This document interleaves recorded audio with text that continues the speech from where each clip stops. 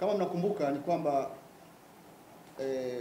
mwaka jana mwishoni Mwalimu aliandika barua kujiuzuru, kama kuresign kama mnakumbuka, lakini uongozi kwa jinsi walivyokuwa wamekaa naye akamwomba waendelee naye.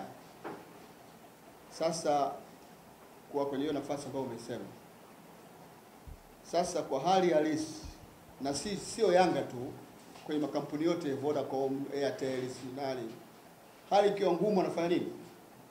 Wanapunguza wafanyakazi. Kwa hiyo na sisi pia kuna pia hata wafanyakazi wengine wanapunguza kwa sababu ya hali halisi ya kiuchumi. Sio sisi tu, makampuni mengi yanapunguza wafanyakazi. Kwa hiyo hii ni moja tu ya kuangalia namna gani ambavyo inakuwa. Sasa madeni, yeye tumemwambia atuletee madeni yake sasa, lakini sidhani kama hizo unasema wewe una uhakika nazo gani kama kukwambia 300.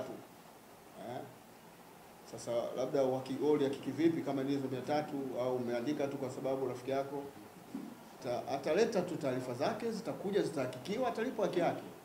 Juzi tumelipa si labda niwaambie kwamba tulikuwa na barua hapa ilikuja kutoka FIFA kuhusu malipo ya AIDS Brands. Tuliambiwa tulipe kabla ya tarehe 3, karibu milioni 25. Tumelipa 25 milioni. Kwa hiyo ni namna gani ambavyo sisi tuna care na wafanyakazi wetu. Kwa hiyo atakatuletea madai yake, tutafanya majumuisho, tutawapa watu accounts, watahakiki, wakishahakiki atalipwa. Kwa hiyo hakuna ku-exaggerate kusema milioni 300, milioni 2, milioni 3, mpaka uhalali wa kimaandishi utakapotoka taarifa itatolewa. Kwanza kwenye mikataba yote inaruhusu kwamba panapotokea matatizo ya kifedha, si matatizo ya kifedha kwa maana ya kwamba wanakuwa bankrupt. Kwa sababu lazima niweke wazi hapa, kwa sababu kuna baadhi ya kashfa zinatolewa kwamba Yanga inakusafiri kwenda Zambia kwa trade. Kitu ambacho kusema kweli ni subordination na ni si vizuri. Mimi nakupeni hesabu fupi tu. Kwa kipindi kimoja cha mwezi mmoja tumekaa, timu imesafiri, imekwenda kwenye sehemu mbalimbali, imecheza, hakuna hata deni moja limebaki, na tumekuwa tukilipa madeni ambayo ya nyuma yalikuwa. Kwa hiyo nimuelewe kiasi gani ambavyo Yanga iko smart na masuala hayo. Na niwahakikishie kabisa kwamba hoteli inayokaa Yanga popote pale mkoani hakuna timu nyingine yote inaweza kufikia katika timu za Dar es Salaam au timu za Tanzania za Premier League. Kwa hiyo sisi tuna care wachezaji wetu, tuna care na staff wetu. Tunahakikisha wanakaa sehemu nzuri, wanapata mahitaji yote wanatakiwa ili wacheze vizuri.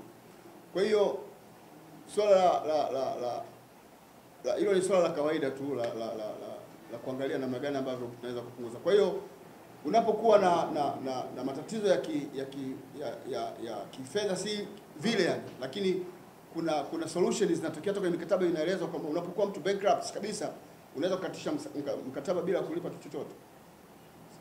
Ipo katika clause zote za mikataba. Au tuseme klabu ikifilisika, lakini Yanga haijafilisika, na tusione kwamba wameandika Yanga imefilisika. Yanga bado tajiri, ina rasilimali kubwa, ina wanachama wengi. Kwa hiyo Yanga bado ina uwezo mkubwa wa kufanya kitu chochote. Na timu itasafiri kwenda Zambia, na hotel, first class hotel, wala bila matatizo yoyote. Points zitapatikana bila shida yoyote. Kwa nataka kuambia tu kwamba Yanga sio vile wanavyotangaza kwenye mitandao, kwenye sijui vitu gani hivyo, wanasema kwamba Yanga wanasafiri kwa training, kwa basi, sijui kwa vitu gani. It's not like that. Kwa hiyo Yanga ni timu ambayo ina uwezo wake, ina base fan kubwa, wapenzi wake, washabiki wake wako wengi tu. Hata leo tukisema shilingi 1000 wachangie, tutapata hela nyingi tu, na tutakifikia huko.